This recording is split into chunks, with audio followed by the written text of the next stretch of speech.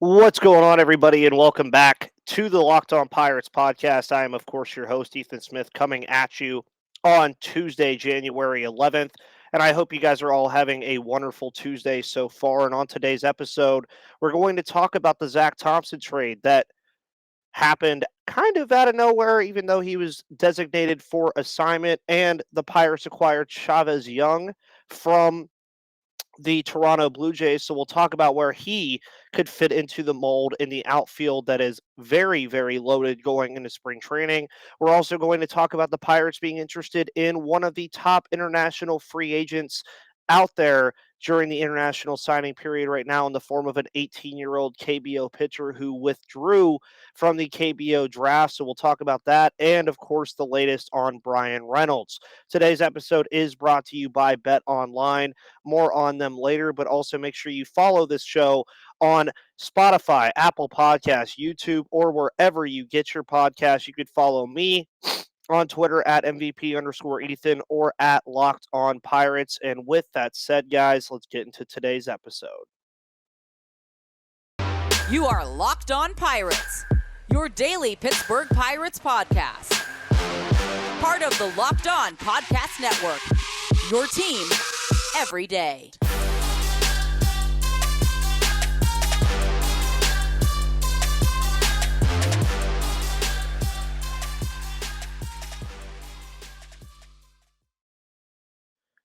And welcome back to that Pirates podcast, everybody. I am once again your host who does the most, Ethan Smith. Hope you guys are all having a phenomenal Tuesday, as I am as well. This is not, or Wednesday. It's not even Tuesday. I just realized that. Well, it's Wednesday, January 11th, not Tuesday. I thought it was Wednesday. It's okay. It's Wednesday, my dudes, if you guys know that one. But it is Wednesday, and today's episode will not be the only episode you get today. We will have another special episode coming at you later this afternoon, so be on the lookout for that. But Zach Thompson was traded yesterday after being designated for assignment by the Pittsburgh Pirates in a move that, before we even get into Chavez Young and Zach Thompson,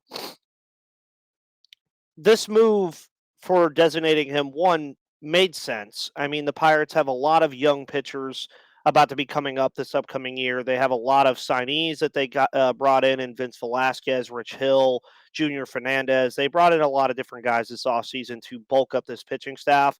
Zach Thompson just didn't fit into the mold, which is fine. Bryce Wilson didn't fit the mold either. He was traded to the Milwaukee Brewers. We'll highlight that a little bit as well here. The Jacob Stallings trade ticked a lot of people off at the time for good reason. At the time, the Pirates' catching position was a mess. I still think it's a mess until Endy Rodriguez or Henry Davis gets here. And Zach Thompson was supposed to be a big part of that trade alongside Connor Scott.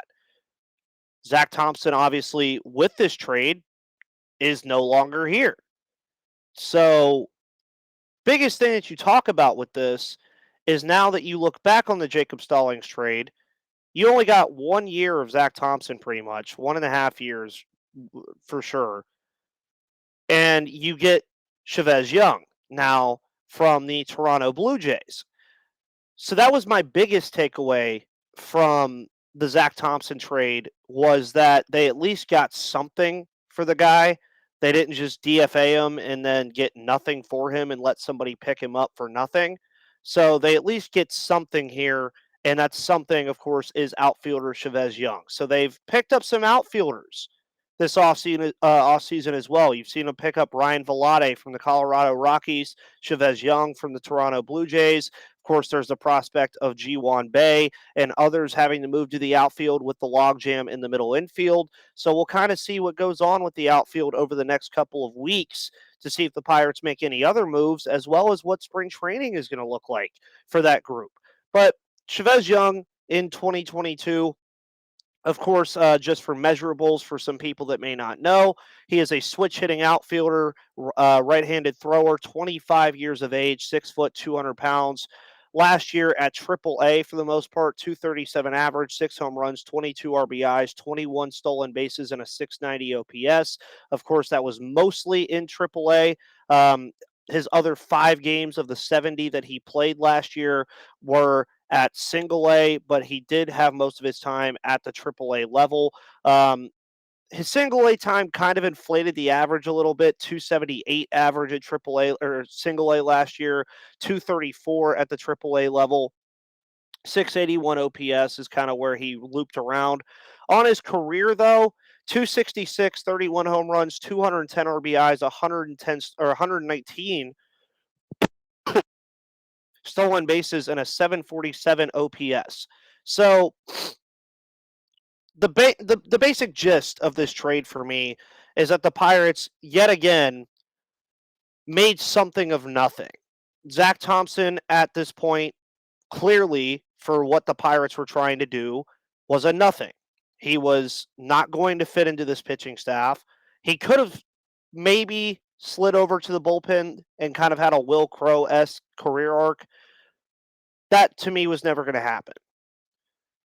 So they get something for him in the form of Chavez Young, a 25-year-old switch hitting outfielder. You guys know I love my switch hitters. The kid, OPS, none of his stats really go crazy off the board. But maybe a change of scenery does it for him. Maybe debuting at the MLB level does it for him. Maybe there's a multitude of things with Young coming to Pittsburgh that could mean so much for his career. He is, again, already 25. So the Pirates will probably have a short leash here. They're probably going to take a look at him, see what they have. He'll probably start the season in AAA. He'll come up, probably show his craft, see what he can do.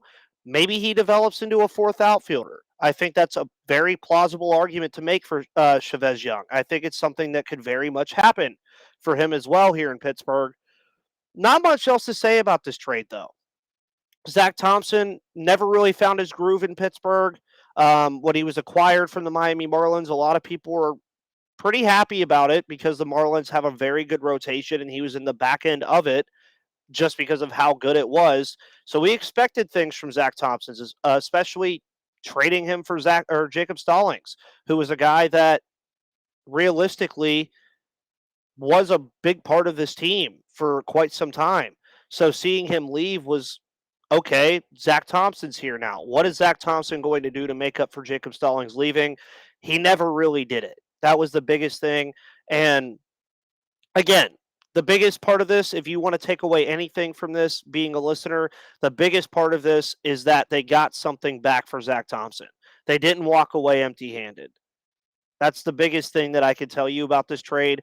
We'll see what Chavez Young turns into. We'll see how he performs in spring training, and welcome to Pittsburgh. That's really the gist of it. The gist also of the offseason being in full swing for some football teams. Baseball still not back, but there's plenty of sports. You got basketball, you got hockey, got the NFL playoffs. Lots of things are starting up. And if you want to have fun doing these things, make sure you go to betonline.net. That is your place to do all of your sports betting this year because it is your number one source for sports betting info, stats, news, and analysis. Get the latest odds and trends for every professional and amateur league out there, from pro football to bowl season, which just ended, to basketball and hockey. They've got it all at betonline.net. And if you love sports podcasts, you can even find those at BetOnline as well. They're the fastest and easiest way to get your betting info and fix. So head to the website today or use your mobile device to learn more about the trends and action. And BetOnline is where the game starts. And remember to always bet responsibly. So, some other news going on in the world of the Pittsburgh Pirates. They are interested in signing a top international prospect once again this year. Of course, last year we saw Yordany De Los Santos and Tony Blanco. Sorry, there we go. Couldn't think of his name for a second. Be acquired by the Pittsburgh Pirates during the international free agent signing period. And they are interested once again in a top player, this time a guy who surpassed the KBO Draft, where he was slated reportedly to be the number 1 overall pick in the KBO Draft. He, of course, being Jun-seok Shim. I hopefully didn't butcher that too much, but Shim, of course, a top 18-year-old international prospect on MLB.com. He's the number 10 ranked international prospect in all of baseball and the second highest pitcher in all of baseball as well. Again, he ranks 10th overall on the list. Luis Morales from Cuba being the only other that is in the top 10 on that list. And when you look at what you get from this guy here, Shim is wow. When I heard about this initially, I said, is this a real thing? Like, is this something that could happen? And people have told me, yes, this is something the Pirates are talking about. You look at the scouting grades: 60 fastball, 60 curveball, 50 slider, 50 changeup, 50 control, 55 overall for measurables. Again, for everybody that likes those things, 6'4", 215 pounds, right-handed thrower. There's not a lot to hate here about this kid. MLB.com, of course, in his synopsis, says the scouts that have seen Shim pitch make a case that he's the best arm in this year's international class. What's not to like? And when they get into the what's not to like part, has a fastball that can top out at 100, consistently sits 94, 96. That plays in the modern day of the major leagues. He has a true 12-6 curveball that has good command. He does, I believe, have 4 different pitches, as I mentioned earlier: a fastball, curveball, slider, changeup. So the control, of course, something that you would be looking forward to, having that multitude of pitches. They say right now, from things that I've read, that the 12-6 curve and the fastball are the 2 pitches that he's most confident in, and that the slider and changeup are emerging, but they're going to be plus pitches in the future. So remember that this kid is 18 years old, and has been compared to Chan-Ho Park since his early teens because of his poise, makeup, and fastball. So surpasses the KBO draft, top 10 international prospect, something the Pirates should definitely be looking at, especially pitching wise, because those kind of pitchers don't just grow on trees, especially pitchers that can top out at 100, have a true 12-6 curveball that has good command, and is still working on 2 other pitches that scouts are saying are going to be plus pitches in the future. You don't get that very often, especially from international free agents.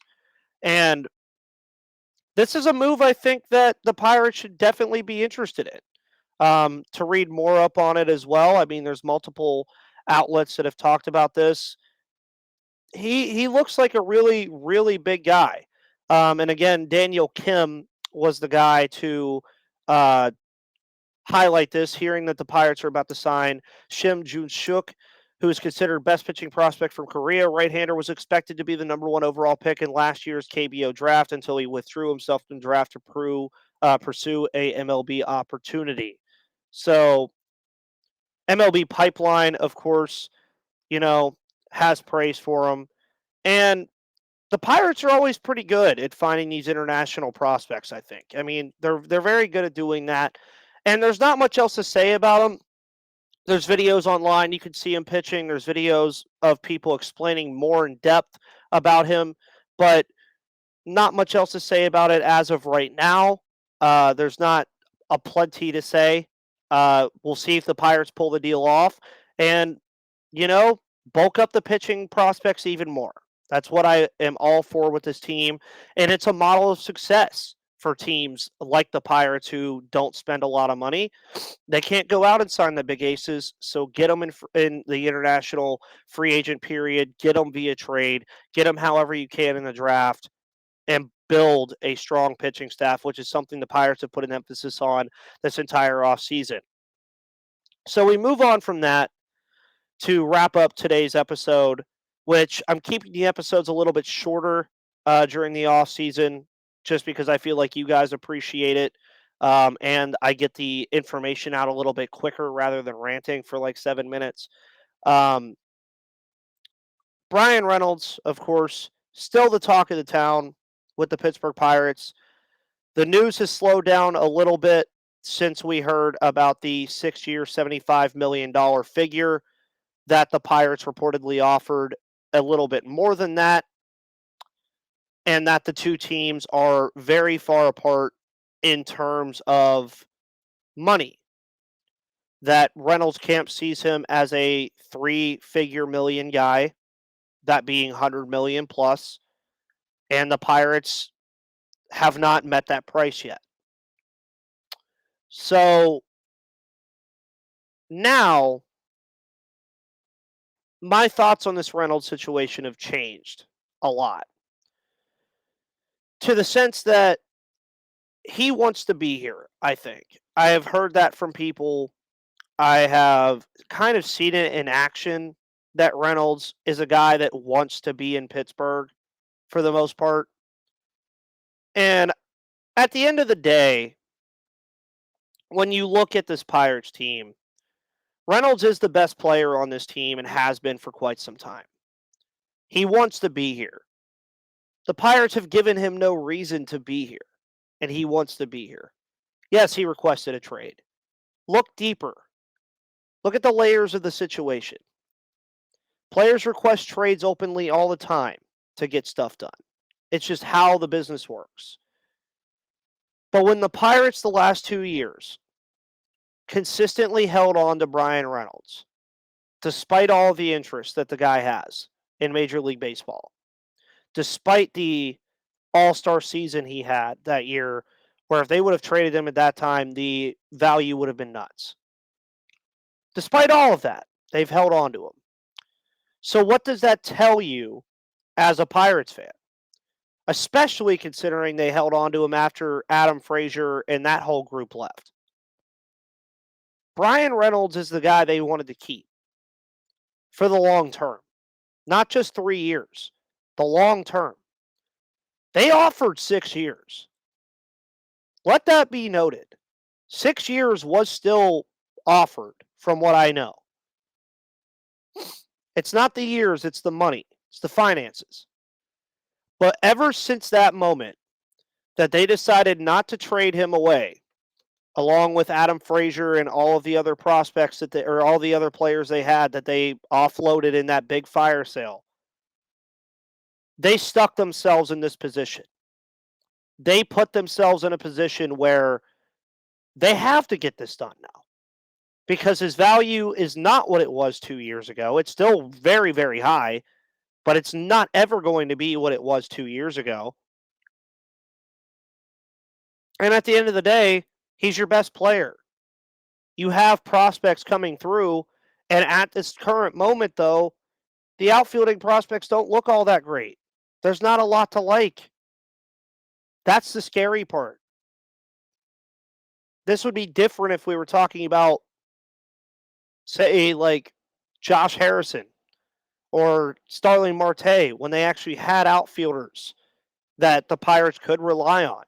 Not saying they don't have guys they can't rely on right now, but if they trade Reynolds, those guys are going to have to step up. Can you rely on them to step up? And I will end today's show with this. I do still think the Pirates get an extension done with Bryan Reynolds. I think it will work itself out eventually. I think they will meet somewhere in the middle on the money figure and get this done. But this is all I have to say on it. Are we having the same conversation if Ke'Bryan Hayes didn't get an extension last year? It's a good thing to think about. Are we having the same conversation if Ke'Bryan Hayes didn't get 8 years, $70 million, and the biggest contract in Pirates history last year? I'm not sure we do. With that said, guys, thank you for tuning in to today's episode of Locked On Pirates. Again, we will be on a little bit later with a special episode for you. It'll probably come up around 5:30 Eastern time this afternoon or this evening, depending on how you consider 5:30. My name is Ethan Smith of the Locked On Pirates podcast. You can follow me on Twitter at MVP_Ethan or at Locked On Pirates. Have a wonderful rest of your Wednesday morning and afternoon. I will see you later for that later episode. And after that, I will see you on the flip side.